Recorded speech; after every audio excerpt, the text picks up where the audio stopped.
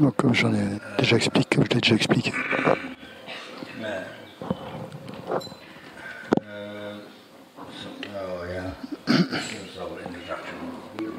Donc, l'essence de l'introduction en maître, au gourou.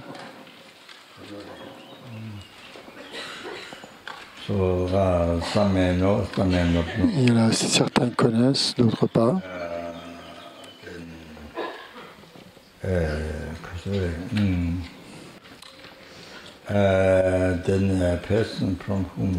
Donc la personne dont on a reçu la relation donc de maître à disciple, une connexion dharmique donc de maître à disciple.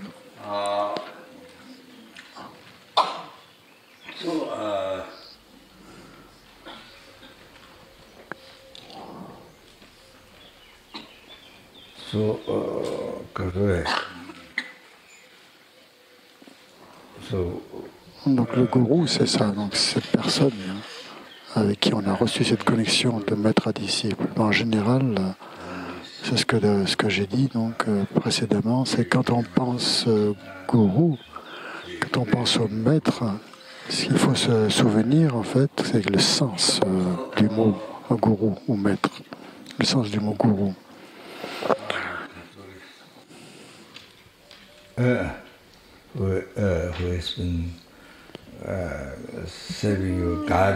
Donc le gourou, c'est celui qui vous a en fait sauvé, qui vous a guidé depuis, qui vous a protégé depuis des vies, des naissances sans nombre, sans commencement, et qui continuera à le faire dans le futur, ainsi donc dans les 3 temps. Et sa bienveillance s'étend donc aux 3 temps. Elle n'est pas limitée à cette seule vie, mais elle s'étend dans les 3 temps.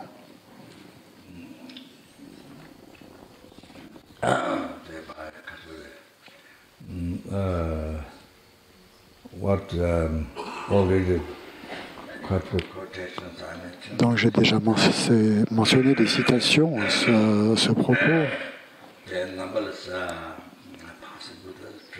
Donc tous les innombrables Bouddhas du passé, du présent et du futur.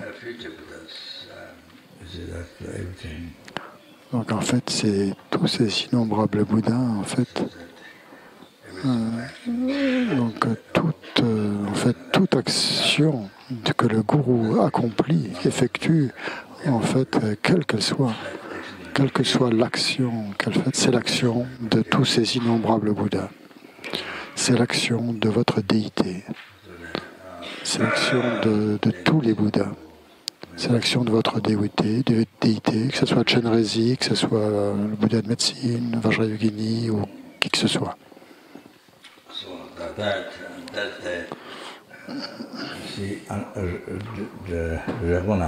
Donc c'est ça qu'il faut reconnaître. C'est ça ce que vous êtes censé faire tous les jours, quand vous faites quand on pense au maître. Quand on voit son maître, quand on médite. C'est quelque chose de très fondamental, c'est la base, en fait. C'est la base.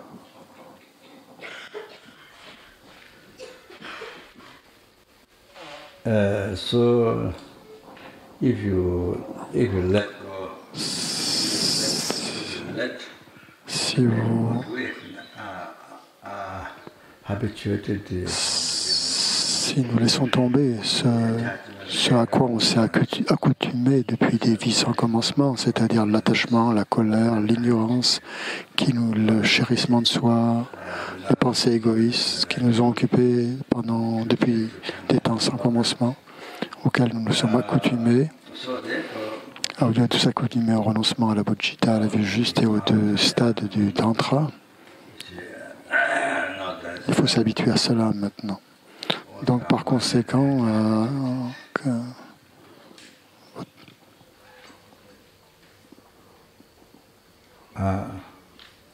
et y compris le Dharmakaya aussi.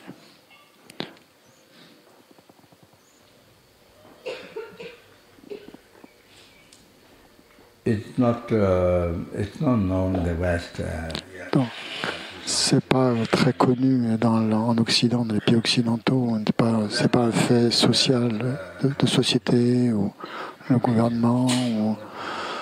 Par exemple, les oiseaux, les pigeons, non pas les pigeons, les pingouins. Les pingouins, donc, je ne sais pas dans quel pays, mais j'ai vu donc il y a beaucoup de pingouins qui se déplacent comme ça d'un pays à l'autre, et puis ils vont dans un certain lieu, ils se rassemblent tous comme ça dans un endroit. Les pingouins se rassemblent comme ça dans l'Antarctique,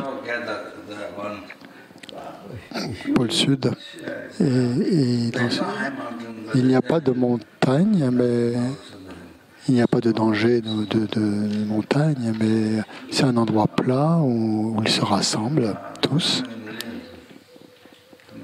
Et c'est énorme, c'est un lieu énorme. Je ne sais pas combien de millions ils sont. Et il y a des millions. Je ne sais pas dans quel pays c'est, mais et en fait, ils se déplacent, ils viennent de nombreux endroits différents, et ils voyagent pendant très très longtemps. Et ils avancent comme ça, juste avec leur corps. Et parfois ils glissent un peu, parfois ils marchent. Donc, ils avancent tous ensemble, de très très nombreux. Ils ne parlent pas, ils ne discutent pas. Pas comme nous, pas comme les humains qui parlent. Nous sommes. Donc eux, ils ne peuvent pas s'éduquer mutuellement, ils ne peuvent pas se donner des renseignements, comment s'organiser, comment voyager, tout ça. Ils n'ont pas cette manière de s'organiser qu'ont les humains. Mais naturellement, non, ça se fait, ça se produit. Ils sont... ils se rassemblent comme ça. Et donc, soit ils y vont, soit ils reviennent. Après, je ne sais pas s'ils reviennent ou pas. Je ne l'ai pas vu. Mais je ne sais pas combien de temps ils y restent non plus. Donc, il y a aussi de nombreux oiseaux, des petits oiseaux de différentes espèces qui volent comme ça d'un pays à l'autre, qui émigrent.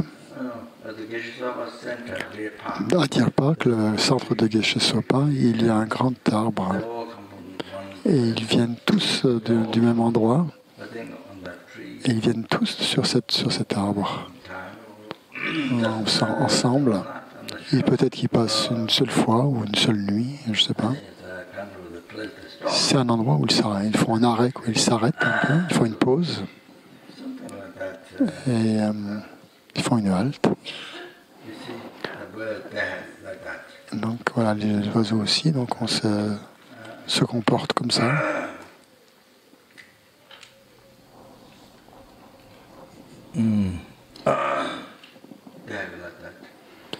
Donc ils ont ce comportement.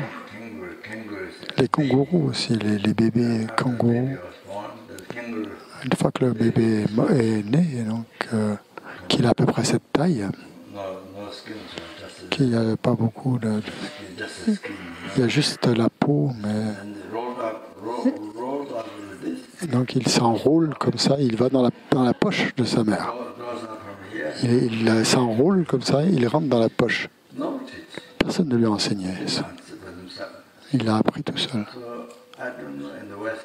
Donc je sais pas ce qu'ils disent dans les pays occidentaux, comment ils expliquent ça, ces phénomènes avec les oiseaux, avec pendant les tortues aussi. Pendant 370 jours qui voyagent sur les océans.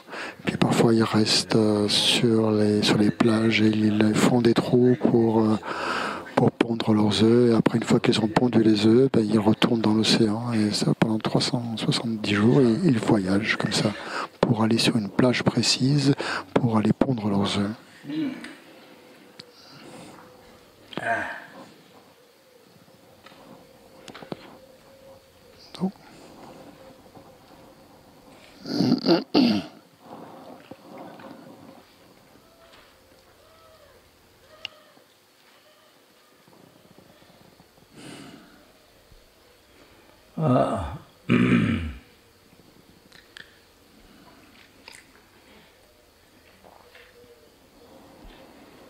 And correct, yeah.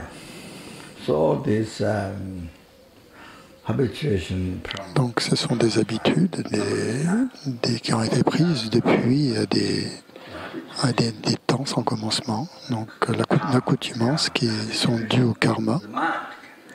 En fait, cette habitude vient de leur esprit. C'est dans leur esprit qui était cette habitude, cette accoutumance. Donc elle date depuis des temps sans commencement. Ils ne sont pas seulement nés pingouins ou pigeons une seule fois, mais des fois dans un nombre incalculable de fois, d'innombrables fois. Donc ça, il faut le savoir. Mais nous, notre esprit est tellement bloqué par l'ignorance, complètement bloqué, voilé par l'ignorance. Je ne peux pas me souvenir de quoi que ce soit des vies antérieures. On est tellement ignorant. On ne se souvient de rien des vies antérieures.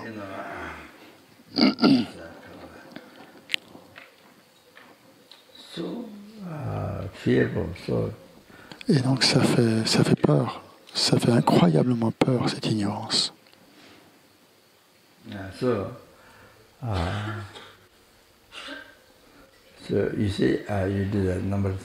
Et ça, donc on l'a fait d'innombrables fois. Donc les habitudes se créent comme ça. Et elles restent dans notre esprit, dans notre continuum mental depuis des temps sans commencement. Donc c'est quelque chose qui se produit naturellement à cause du karma, en raison du karma. C'est l'habitude du karma. Donc par exemple, les gens qui sont venus au cours de Kopan, même la première fois, ils ont senti qu'ils étaient chez eux. Quand ils sont venus la première fois à l'enseignement sur le bouddhisme et tout ça, ils se sont sentis chez eux, qu'ils rentraient chez eux. Et ont eu cette impression. Beaucoup d'étudiants m'ont dit ça. Et ça, c'est dû au karma antérieur, au karma des vies antérieures, qu'ils ont été bouddhistes dans les vies antérieures. C'est le karma passé qui fait ça. Donc en raison de ce karma, donc ils ont l'impression de rentrer chez eux. C'est pas un lieu étrange, c'est un lieu où ils se sentent bien, ils se sentent naturels, ils ne se sentent pas bizarres ou mal à l'aise, mais c'est comme ils apprennent tout d'un coup à une nouvelle façon. Ils ne se sentent pas inconfortables, comme si on découvrait quelque chose de bizarre ou une nouvelle façon de penser qu'ils n'ont jamais entendue, qui est étrange ou très étrange. Que c'est un lieu très étrange qu'on ne connaît pas. Donc ils n'ont pas du tout cette impression. Au contraire. Ils se sentent au contraire complètement chez eux quand ils arrivent quand ils viennent à Kopan. C'est comme s'ils retournaient à la maison. Ils entendent donc le sujet, ils voient des nonnes, ils voient des moines et ils se sentent comme chez eux dans le monastère. C'est naturel. Et donc c'est pas étrange en fait, c'est dû au karma passé, au karma des vies antérieures. Ils ont donc ce karma qui date des vies antérieures, si on crée des habitudes positives, très positives.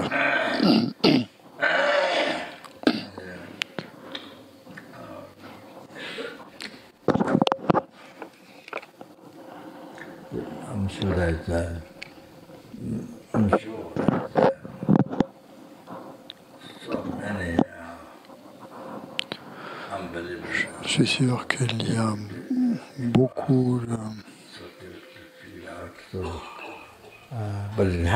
que c'est difficile à imaginer tout ça, mais ça, en tout cas c'est ce qui arrive sur la Terre. Ça arrive sur la Terre, que les humains, les animaux, tout ça, même si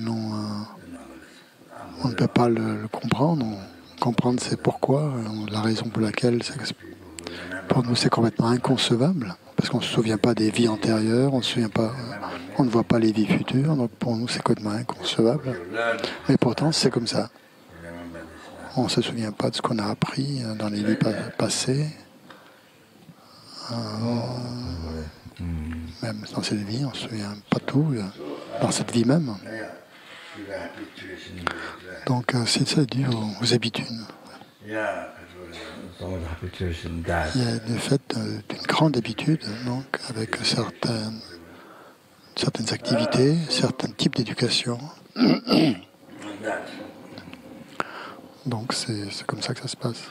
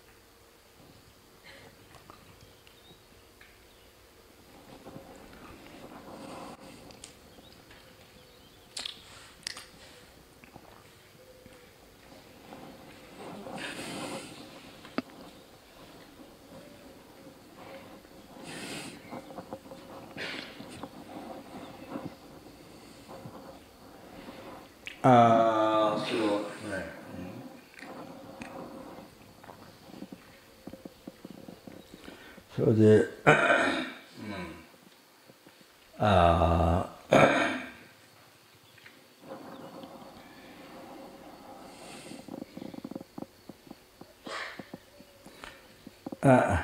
so you see, Catholic. You see, as you are Catholic, entering the path. Donc, vous voyez, quand vous entrez dans la voie, renoncement, bodhicitta, vous entrez par exemple sur la voie du Mahayana, puis après vous atteignez la voie des mérites, grâce aux trois niveaux moyen et grand niveau, grande voie des mérites. Donc, grâce à la concentration du Dharma, concentration continue sur le Dharma. Ensuite, on continue donc avec la voie de préparation. On actualise la deuxième voie, donc la voie de préparation. Puis ensuite, il y a les 4 niveaux de la voie de préparation. Chaleur, c'est la voie pointue, la chaleur, patience, sopa, où on a confiance, où on gagne la confiance, que l'on ne renaîtra plus dans les mondes inférieurs. Après, le niveau du sublime Dharma. Donc là, quand votre esprit et votre mental arrivent à ce niveau-là, au niveau du sublime Dharma, vous voyez d'innombrables Bouddhas sous la forme du Nirmanakaya. Où que vous soyez, même les statues, vous les voyez sous l'aspect Nirmanakaya. Et vous voyez aussi votre gourou vous pouvez parler donc même avec les statues. Et vous voyez aussi votre maître aussi sous l'aspect du Nirmanakaya. Donc, quand vous êtes sur la voie de la vue juste, vous voyez aussi les statues sous la forme du Sambhogakaya. Et vous voyez aussi votre gourou sous l'aspect du Sambhogakaya, avec les 5 qualités.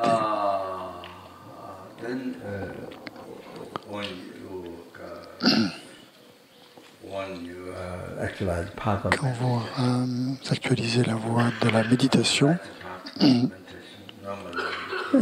la voie, quand vous êtes arrivé au niveau du sans apprentissage, quand vous atteignez ce niveau donc, qui est sans apprentissage, où il n'y a plus d'apprentissage, vous devenez un avec le gourou. Vous ne faites que avec le gourou. Et vous devenez un avec les innombrables Bouddhas. Vous devenez un avec d'innombrables Bouddhas.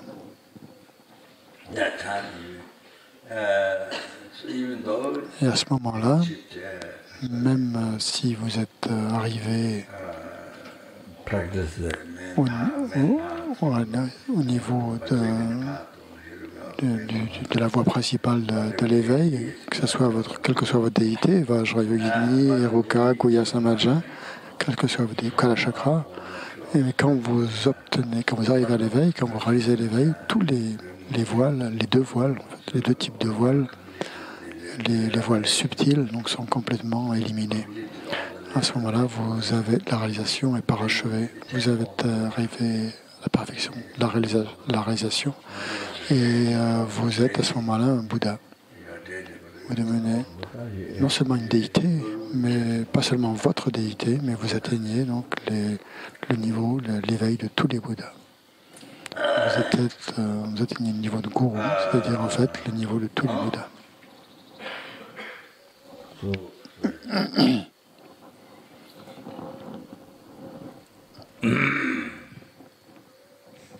So, Lama. Donc, Lama. quand on dit Lama, dans Lama Tompa Chomdende, souvenez-vous donc souvenez-vous du sens. Rappelez-vous le sens. Qu'est-ce que ça veut dire? Pensez à ce que ça veut dire quand vous dites Lama.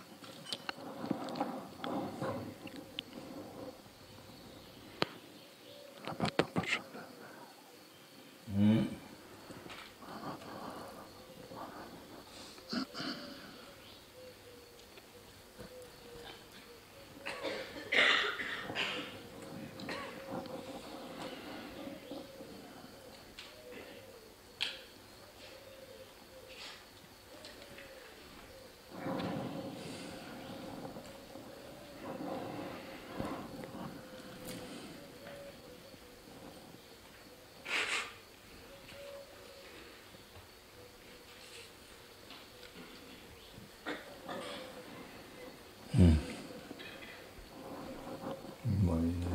Correct.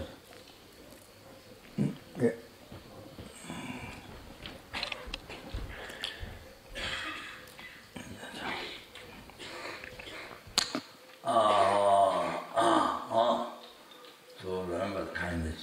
Souvenez-vous donc de la bienveillance depuis des vies sans commencement et maintenant et dans le futur. Souvenez-vous de sa bonté, sa bienveillance jusqu'à l'éveil.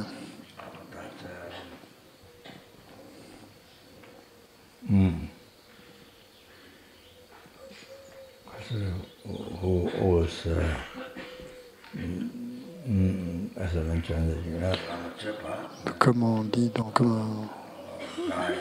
comme c'est dit dans Lama Tshepa, donc le guide, le protecteur, il nous guide et il nous protège.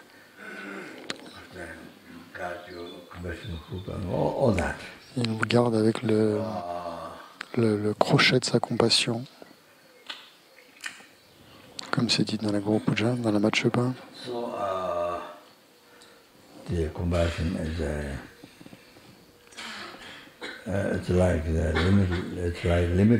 Donc la compassion du maître est sans limite, comme un ciel sans limite.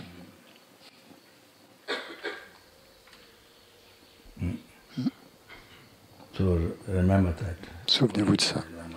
Quand vous dites Lama Tompa Chomdende, Lama Tompa, quand vous dites Tompa, donc souvenez-vous de ça.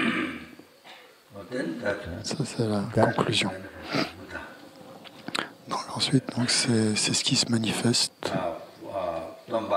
Il manifeste le Bouddha. Tompa, donc, c'est le quatrième fondateur du bouddhisme, le quatrième enseignant du bouddhisme dans ce monde. Tompa. Tompa, ça veut dire enseigner. Le premier, c'était Shaktuk Kashyapa, le deuxième. Non, le deuxième, c'était Tsetuk. Le suivant, c'était Kashyapa.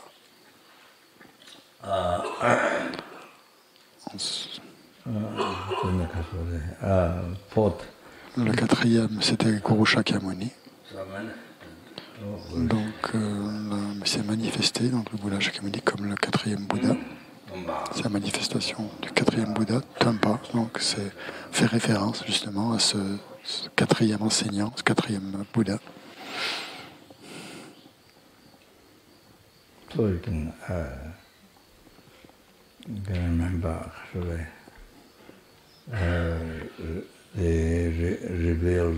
Vous souvenez-vous donc qu'il a révélé les 4 nobles vérités. Premier tour de roue du Dharma. Ensuite, le deuxième tour de roue, c'est la Prajnaparamita, qui est absolument incroyable. Et le troisième tour de roue, troisième cycle des enseignements. Donc les 4 vérités, c'est la base. Le Prajnaparamita, c'est le second.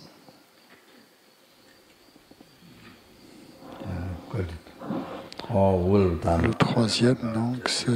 J'ai oublié ce qui... Je m'en souvenais juste avant de venir, et puis bon, j'ai oublié. Pourquoi? Troisième.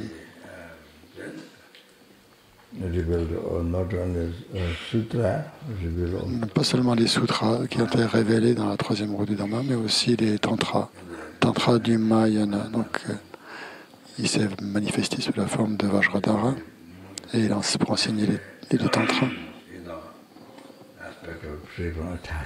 Il a manifesté l'aspect chakra, c'est-à-dire libre d'attachement, l'aspect, l'expression du complet détachement du Bouddha Vajradhara en union, père et mère en union. C'est l'aspect qu'il a montré, donc. L'aspect libre d'attachement. Puis il a manifesté aussi les différentes déités, différentes formes, différents types de déités.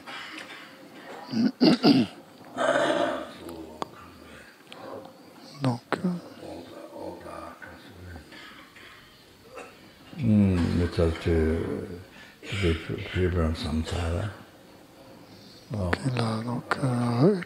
a révélé toutes ces formes en fait complètement libres du samsara.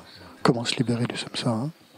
Et non seulement ça, mais aussi il a révélé comment atteindre l'éveil pour tous les êtres. Et comment, avec le tantra, on pouvait atteindre l'éveil en une seule vie. Puis ensuite, il a enseigné les plus hauts tantras. Comment enseigner l'éveil en une brève vie de ces temps dégénérés. Donc c'est vraiment incroyable, incroyable. Toute la voie complète, comme ça. Donc vous pouvez voir que la bienveillance, en fait, cette incroyable bienveillance du Bouddha. La bonté, la bienveillance. Il n'y a même pas de mots pour exprimer ça. C'est incroyable. C'est pour vous et pour tous les êtres. Ensuite, Chamdende. Donc ça, c'était le sens de Tumpa. Maintenant, donc Chamdende.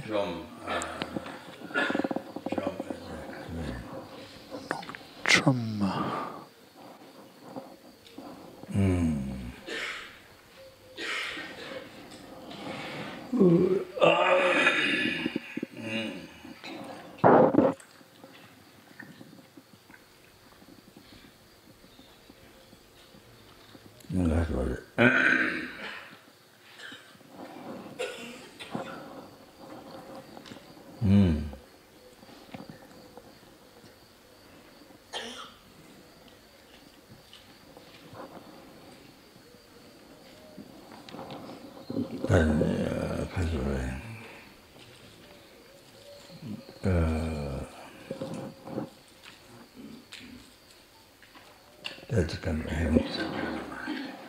Donc ça veut dire en fait dompter l'esprit, soumettre l'esprit.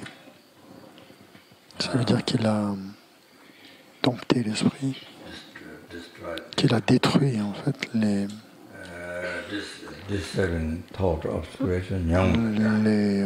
obscurcissements, les pensées perturbatrices, les voiles cognitifs, les voiles afflictifs. Donc tout ce qui empêche en fait principalement d'atteindre le nirvana et les obscurcissements les plus subtils. Donc qui empêche d'atteindre l'omniscience, les shedrip.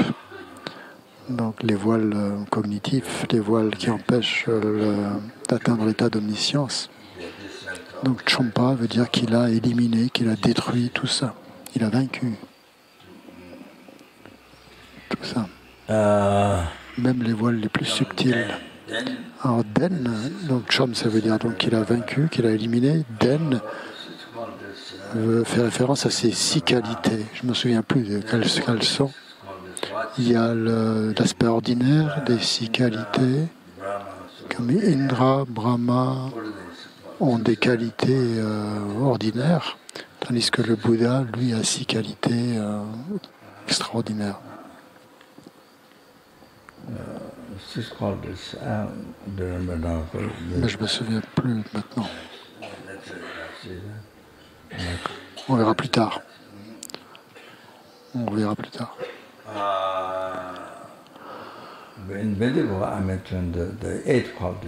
À Bendigo, j'avais dit qu'il y avait 8 qualités. J'ai mentionné les 8 qualités particulières du Bouddha, les 8 qualités exclusives du Bouddha. Mais en général, on parle plutôt de 6 qualités. Mais bon, aujourd'hui, je ne m'en souviens pas.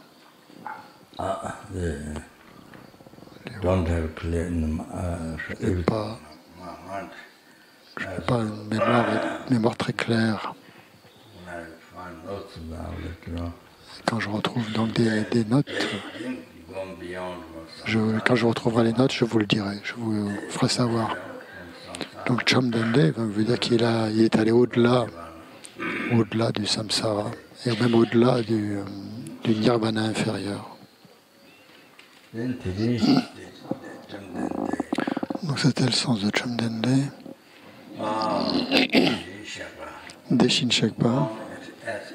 Deshin Shakpa veut dire donc qu'il est Tathagata, donc il est allé ainsi, l'ainsi allé. Il est allé dans l'incité. Il est allé ainsi. Deshin Shakpa. Tathagata. En sanskrit. So, one meaning is donc un des sens, c'est en fait qu'il est allé dans la nature ultime, la vérité, le niveau ultime, la nature ultime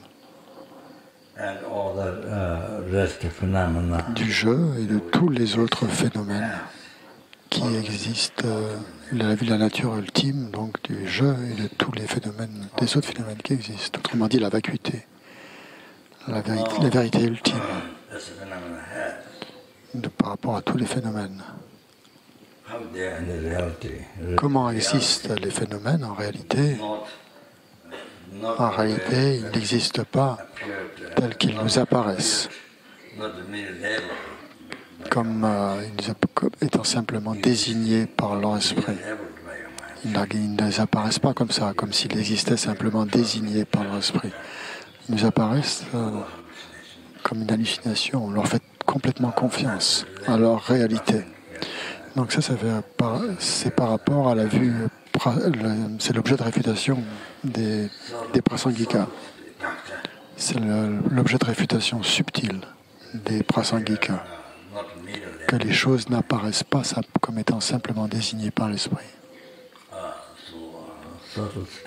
Donc ça, c'est l'objet de négation subtil, l'objet de négation subtil que réfutent les prasangika.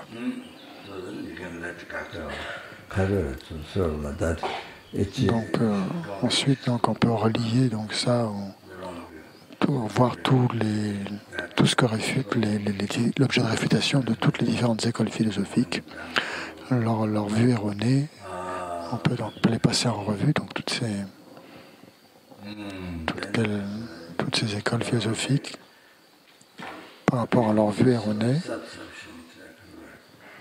non seulement qu'il apparaît comme de manière autonome ou d'un jeu qui a le contrôle sur les agrégats, comme un roi qui dirige ce sujet, qui a le contrôle sur le peuple, sur les sujets, par son pouvoir, qu'il existe en fait sans dépendre de ces sujets, qu'il existe de manière autonome, de manière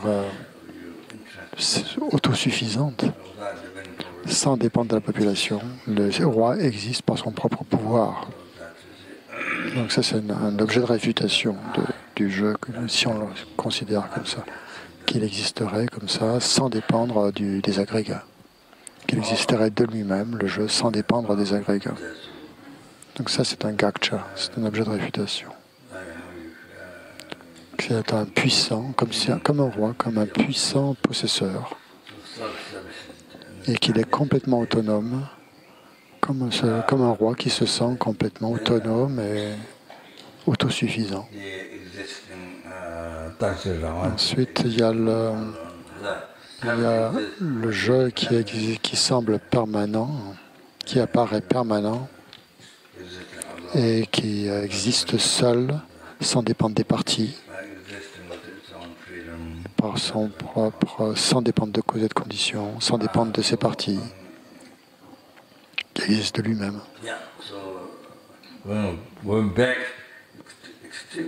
Donc là, c'est encore extrêmement grossier, comme vue erronée, ça. C'est très grossier.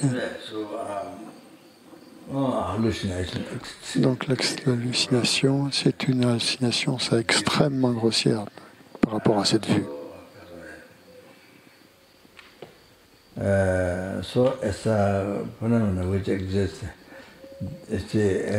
Donc comme les phénomènes qui existent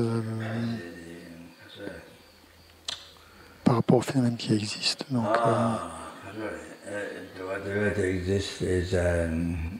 dans la façon dont ils existent, donc les prasas, ils n'existent pas donc par rapport comme le disent les écoles inférieures. Et donc pour les prasangika, même les svatantrika, donc encore ils ont une vision erronée, donc où il y a quelque chose qui existe, qui semble exister, comme n'étant pas simplement désigné par l'esprit.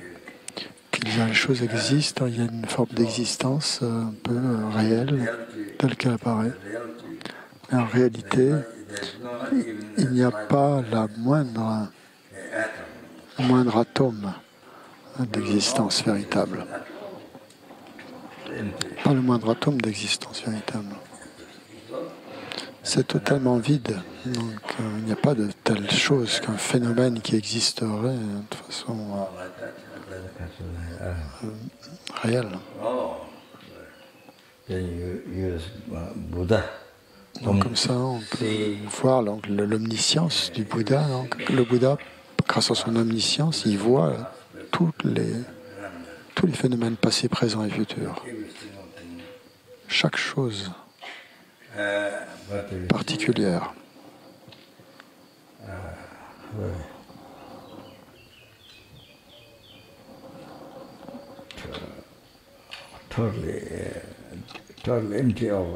Donc il voit que tout est complètement vide, tout est complètement dépourvu d'existence en soi, d'existence par sa propre nature, et pas simplement désigné par l'esprit. Pas simplement désigné par l'esprit. Donc, même vide de ça. Donc il voit donc les Bouddhas, donc voit la nature ultime des phénomènes, donc la vacuité. Pas seulement des phénomènes, mais donc l'esprit omniscient d'un Bouddha voit cette nature. L'omniscience d'un Bouddha, l'esprit omniscient d'un Bouddha voit tous les phénomènes de cette façon, dans cette nature illumine. Donc on dit qu'ils sont allés dans cette réalisation. Ils sont allés, ils ont atteint cette omniscience du Dharmakaya. Ils peuvent voir de cette façon. Ils peuvent voir que les phénomènes sont complètement vides d'existence en soi. Qu'il n'y a pas la moindre chose qui existe de son propre côté. Il n'y a pas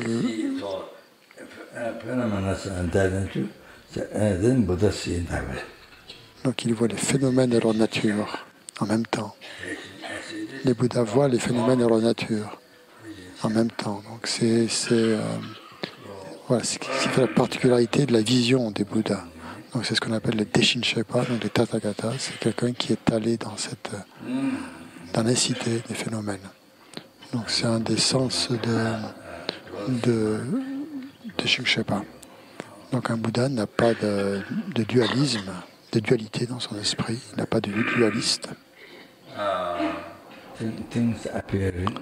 Des choses qui lui apparaîtraient comme un jeu, et puis il y a d'autres choses, un sujet-objet, un jeu qui apparaît, et puis des choses extérieures qui apparaîtraient existants, sans que l'esprit sans l'esprit.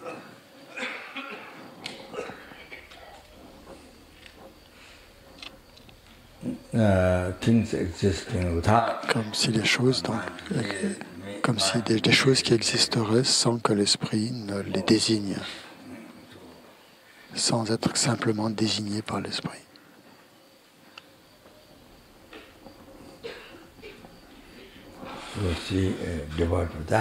Donc ils sont vides de ça, d'une telle existence.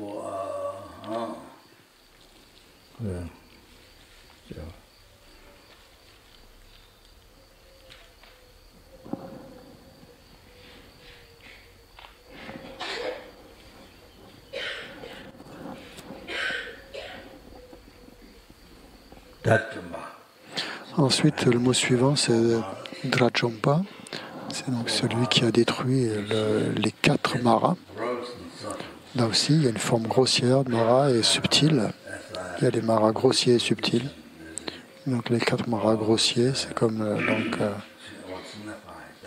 la posture du Bouddha, donc ce que signifie. Et il y a aussi donc les 4 maras grossiers subtils.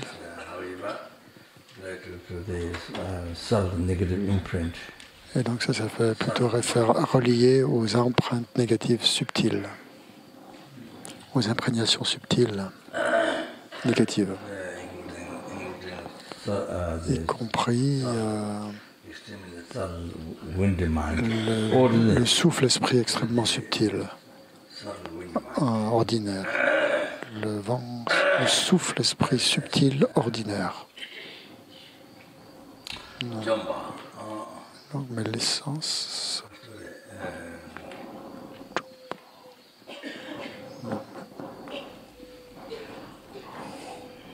Aggregates of delusion. Les agrégats. Champa, donc il a éliminé les. Champa. Donc c'est l'agrégat, c'est le. Comment dire? Le mara des agrégats, le mara des perturbations mentales.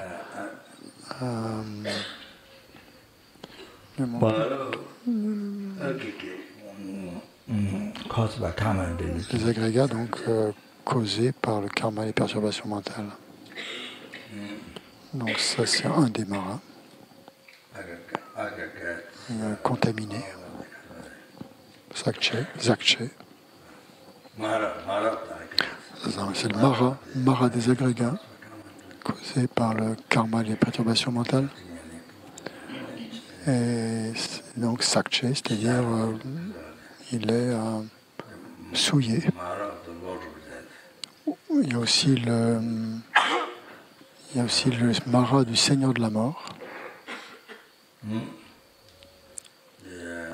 Ça, les Nyelingi Bumpo, c'est les agrégats d'appropriation à cause du karma et des perturbations mentales. On prend des agrégats contaminés. Donc Sakche Nyelingi Bumpo. Ensuite, il y a le mara du Seigneur de la mort. Et Donc le Bouddha a aussi détruit le Mara, il a triomphé du Mara, du Seigneur de la mort. Ensuite, il y a le Mara du Fils divin, ou du Fils des dieux, Daipo.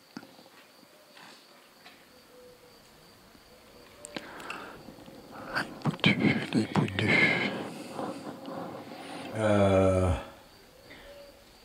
I think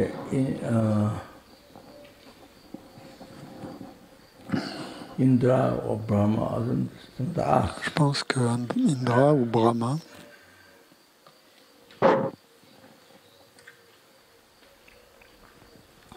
c'est comme, en fait, comme pour nous.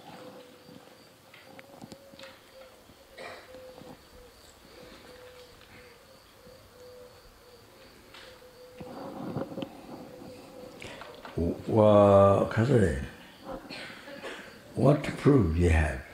Quelle preuve est-ce qu'on a? Mara of the devil's son. Du Mara, qu'il a détruit le Mara du Fils des dieux. Qu'est-ce que c'est? Quelle preuve on a qu'on a détruit le Mara du Fils des dieux? Comment on le sait? Quelqu'un a posé cette question. Donc c'est la main du Bouddha en fait, la position de la main du Bouddha qui tient comme ça, qui touche la terre. Et la terre, la déesse de la terre en fait. Mais bon, j'ai une vague idée de ça. Je crois que c'est Kyabje Sarkon Rinpoche qui a expliqué ça par rapport à la déesse de la terre ou quelque chose qui est apparu comme ça et qui a dit « Je suis témoin que le Bouddha a fait ça, a détruit le Mara du Fils divin. » Donc c'est la déesse de la terre qui aurait dit ça. Mais je n'ai pas mes notes là avec moi, donc je ne peux pas vraiment vous en dire plus là-dessus, vous expliquer. Je l'ai déjà expliqué. Je l'ai déjà expliqué dans différents endroits, 2 ou 3 fois. Donc c'est lié à Garawangchuk. Garawangchuk qui a tiré une flèche, je crois. 5, qui a tiré les 5 flèches des perturbations mentales. Ou 4, 5 ou 4. Je pense 5. Donc Garawangchuk, c'est un Mara.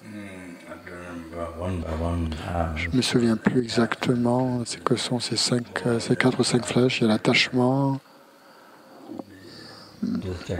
la distraction. Donc il s'agit de 5 perturbations mentales. On appelle ça les 5 flèches des perturbations mentales. Donc il les a tirées, ces 5 flèches. Donc en fait, ces flèches, donc c'est Garawangchuk qui tirent ces flèches et qui atteignent les pratiquants du Dharma, qui sont nuisibles aux pratiquants du Dharma.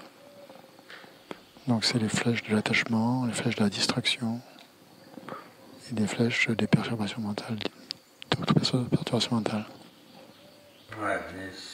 Peut-être il y a aussi l'orgueil, la fierté, l'orgueil.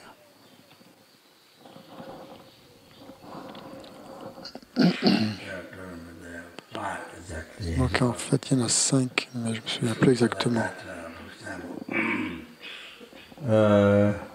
If you're seeking pure life. Par exemple, si vous recherchez à avoir une mode de vie pure, si vous cherchez une façon de vivre avec pureté dans la conduite, une vie morale pure, donc c'est ça qu'on recherche. C'est le souhait, si on a ce souhait principal, alors à ce moment-là, soudainement, vous rencontrez des objets, votre objet d'attachement et vous changez d'état. Votre esprit change. Donc il vous tire en fait une flèche, la flèche de l'attachement qui vous change, qui change votre état d'esprit. Et donc l'attachement surgit et vous êtes, vous ne pouvez pas avoir la vie pure que vous vouliez avoir, pratiquer le dharma avec pureté par exemple, parce que vous avez reçu cette flèche de l'attachement. Donc, en fait, ce Garawanchuk fait du nuit donc, à ceux qui veulent pratiquer une moralité pure. Et d'autres choses aussi. Donc, il fait surgir l'attachement, même dans les rêves aussi, pendant qu'on dort aussi, pour faire perdre la semence. On perd sa semence pendant la nuit. Donc ça c'est aussi lié à Garawanchuk qui cause ça. Par exemple, vous voulez pratiquer la générosité, vous voulez être généreux envers les êtres, et vous décidez ça, d'être généreux, mais tout d'un coup, il y a de l'attachement qui s'élève dans votre esprit, de l'avarice, et du coup ça vous empêche de pratiquer la générosité. Donc ça, c'est une flèche aussi de Garawanchuk. Donc voilà, il y a des exemples comme ça qui vous empêchent vraiment de pratiquer le dharma. Donc c'est une forme de bhava qui vous empêche de pratiquer le dharma. Donc c'est juste quelques exemples.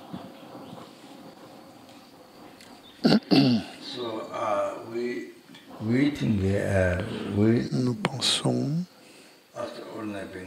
nous les êtres ordinaires, donc, nous pensons que c'est moi. Je veux ci, je veux ça.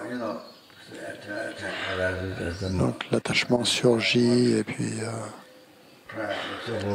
l'orgueil, tout ça. Et nous...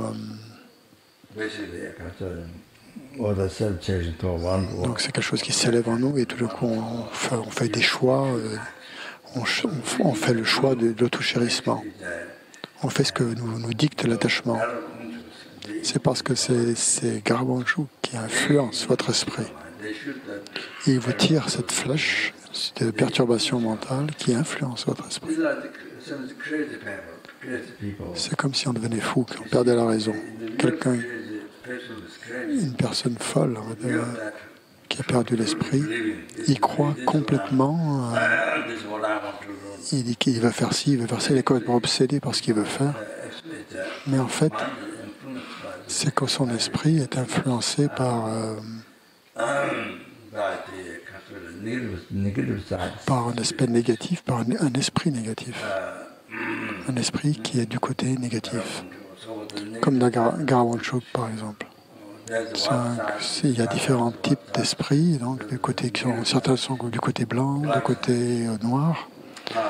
Donc ceux qui sont du côté noir, ils sont nuisibles, ils nuisent aux pratiquants du dharma.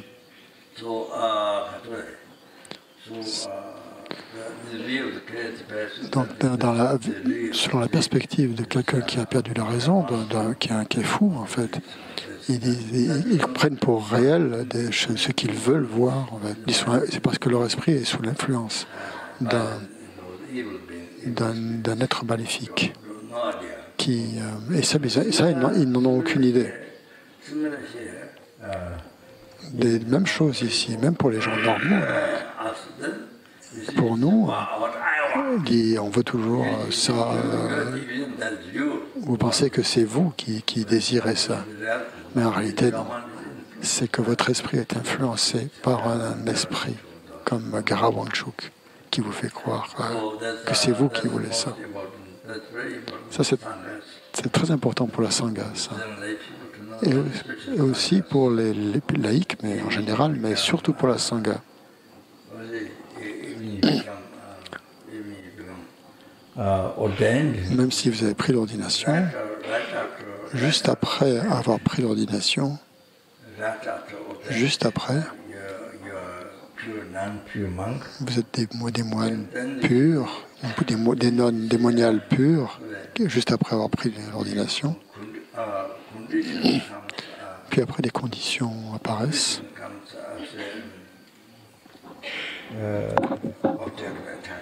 où des objets d'attachement se manifestent, des conditions se manifestent, et votre esprit s'attache à ça, et vous perdez vos vœux.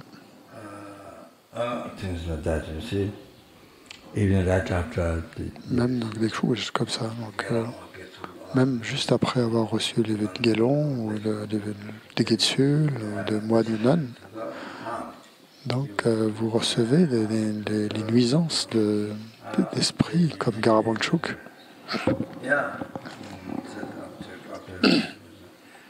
Donc on peut voir donc immédiatement l'objet d'attachement qui s'y apparaît donc dans notre vie, et on suit le côté donc de l'attachement, le côté négatif de la perturbation mentale, et on s'en fiche finalement du reste, la vie la plus pure qu'on voulait avoir, et du dharma, et tout ça.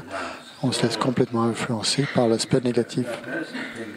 Et la personne, elle pense que c'est vraiment ça qu'elle veut, mais en fait votre esprit est influencé par un être maléfique. Par des êtres maléfiques. Donc voilà, j'ai donné l'exemple des gens qui sont fous, mais c'est aussi valable pour les gens qui sont normaux. Hein. C'est pas simplement pour les fous. Et aussi, donc, il faut même même la sangha. Donc je voudrais que les gens reconnaissent, que vous reconnaissiez ça, et spécialement la sangha. Donc c'est pour ça que j'en parle. Donc c'est pas vous essayez de pratiquer la pureté, donc vous essayez de vivre purement. Et puis vous êtes tombé sous l'influence de votre esprit, donc se fait influencer par un Mara comme Garabanchuk, par exemple. Voilà. Voilà, c'est juste pour vous donner une petite idée. Donc le Bouddha est libre, complètement libre de ses influences des maras comme Garavanchuk, qui lui tire les flèches, les 5 flèches des perturbations mentales. Il n'est pas atteint par ces perturbations mentales nuisibles. Ensuite, Yantakpa. Donc ça veut dire qu'il est parfaitement éveillé. Il est parfaitement Bouddha. Il a éliminé tous les obstacles grossiers et subtils. Il a fait cesser tous les concepts grossiers et subtils. Tous les concepts erronés, le manque de respect, l'absence de dévotion par rapport au guru, les pensées sans dévotion par rapport au maître. À partir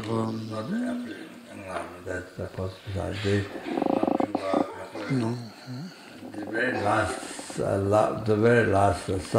Donc il a éliminé tous les états d'esprit les plus subtils par rapport, donc conceptuel, bien sûr, par rapport à l'apparence blanche, à l'accroissement rouge et le proche accomplissement noir. Donc les dernières, en fait, formes de conscience conceptuelle subtile. Donc à ce moment-là, après, il a atteint l'éveil, il est devenu éveillé après avoir éliminé ces derniers esprits conceptuels subtils.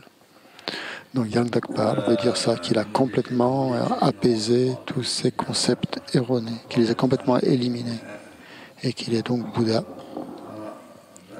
Dzogpa, c'est un Dzogpa Sangye, c'est-à-dire un Bouddha pleinement accompli. Il a fait cesser donc non seulement les conceptions grossières, les perturbations grossières, mais aussi les obscurcissements subtils. Donc il a parachevé toutes les qualités, et il est donc Sangye, et il est Dzogpa Sangye parfaitement accompli. Ensuite, Pel, donc glorieux, donc veut dire faire référence au Dharmakaya, à la sagesse transcendantale de la grande félicité non duelle avec la vacuité, et le Dharmakaya du résultat. Donc c'est le sens de glorifier ici.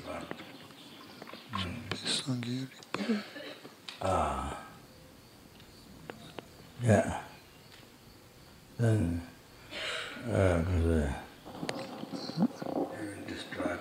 victorieux aussi, ou vainqueur, donc qui est vainqueur sur les 84 000 perturbations mentales. Il y a d'autres termes donc, comme ça pour désigner le Bouddha. Donc, le Bouddha est né dans la caste donc, de Shakya. Shakya. Donc il a montré cet aspect donc d'être né dans une caste, la caste des Shakya en Inde. Tupa donc veut dire le puissant. Tupa, puissant. Donc il est voilà, c'est ça qui est le sens de tous ces termes. Donc il montre ce que le Bouddha a été capable d'atteindre. Tout ce qu'il a parachevé et tout ce qu'il a fait cesser aussi et toutes les qualités qu'il a obtenues, grossières et subtiles.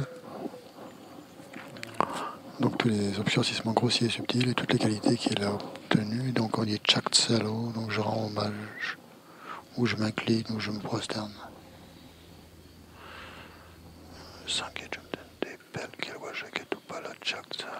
C'est la dernière ligne de la strophe.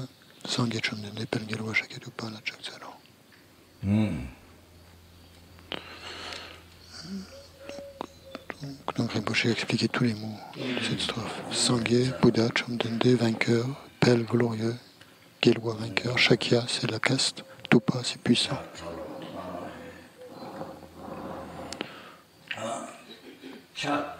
Donc Chak Tsalo, prosternation. Chak en tibétain, ça veut tibétain, Chak c'est comme quand on nettoie les saletés dans sa chambre, par exemple, quand on fait le ménage. Quand on nettoie, on fait le ménage. Et Chak.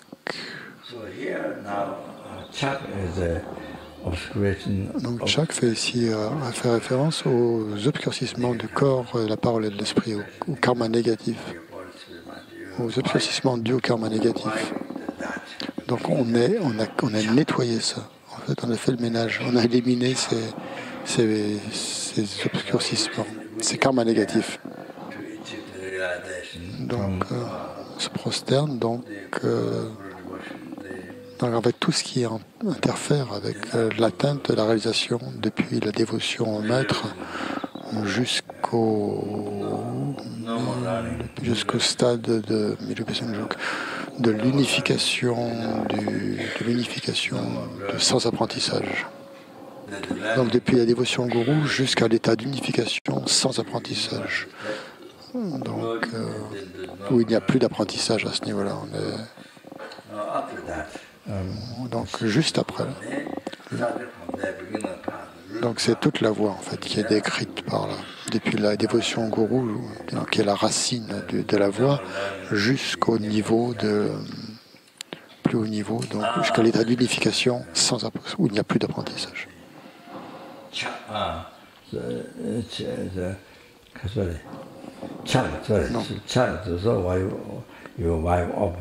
Donc Chak, vous savez que vous avez nettoyé, éliminé les obscurcissements du karma négatif qui étaient dans votre esprit et qui empêchaient donc votre atteinte de la racine de la voie, en fait, jusqu'à l'éveil. Depuis la dévotion au maître, donc voir le maître comme un Bouddha, voir tous les Bouddhas, en fait, voir le maître comme tous les Bouddhas. Donc depuis ce niveau-là jusqu'au niveau de Melopesungjuk, de l'unification sans apprentissage.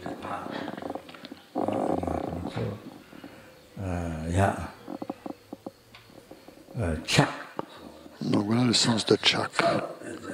Chak Tsal.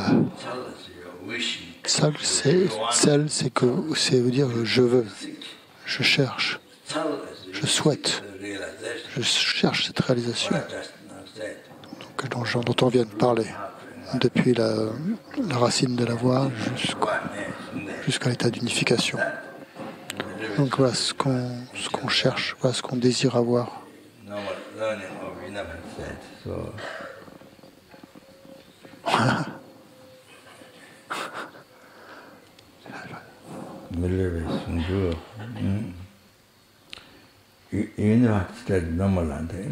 Donc c'est l'état d'unification sans apprentissage, au-delà de l'apprentissage.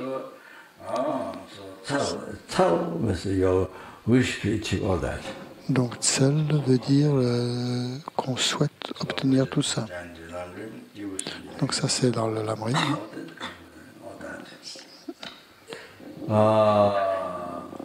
Donc ça c'est contenu dans le lamrim.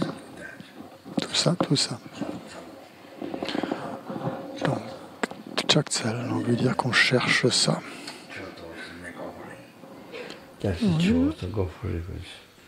Choto Kapsuchio, donc veut dire après je fais des offrandes et je prends refuge. Choto Kapsuchio, je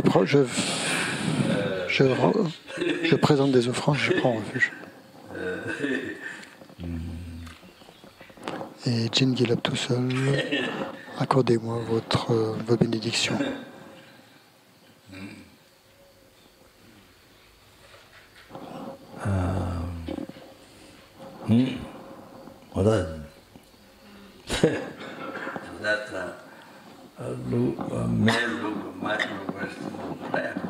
Donc on dirait que c'est une prière très simple comme ça. Ça a l'air d'être une prière très simple, mais quand on regarde en fait le sens est très très très profond. C'est une prière que tout le monde connaît, qu'on chante comme ça a l'air de rien, mais en fait le sens est très très très profond. Surtout avec le mot, que ça commence par lama, le mot lama qui commence cette prière.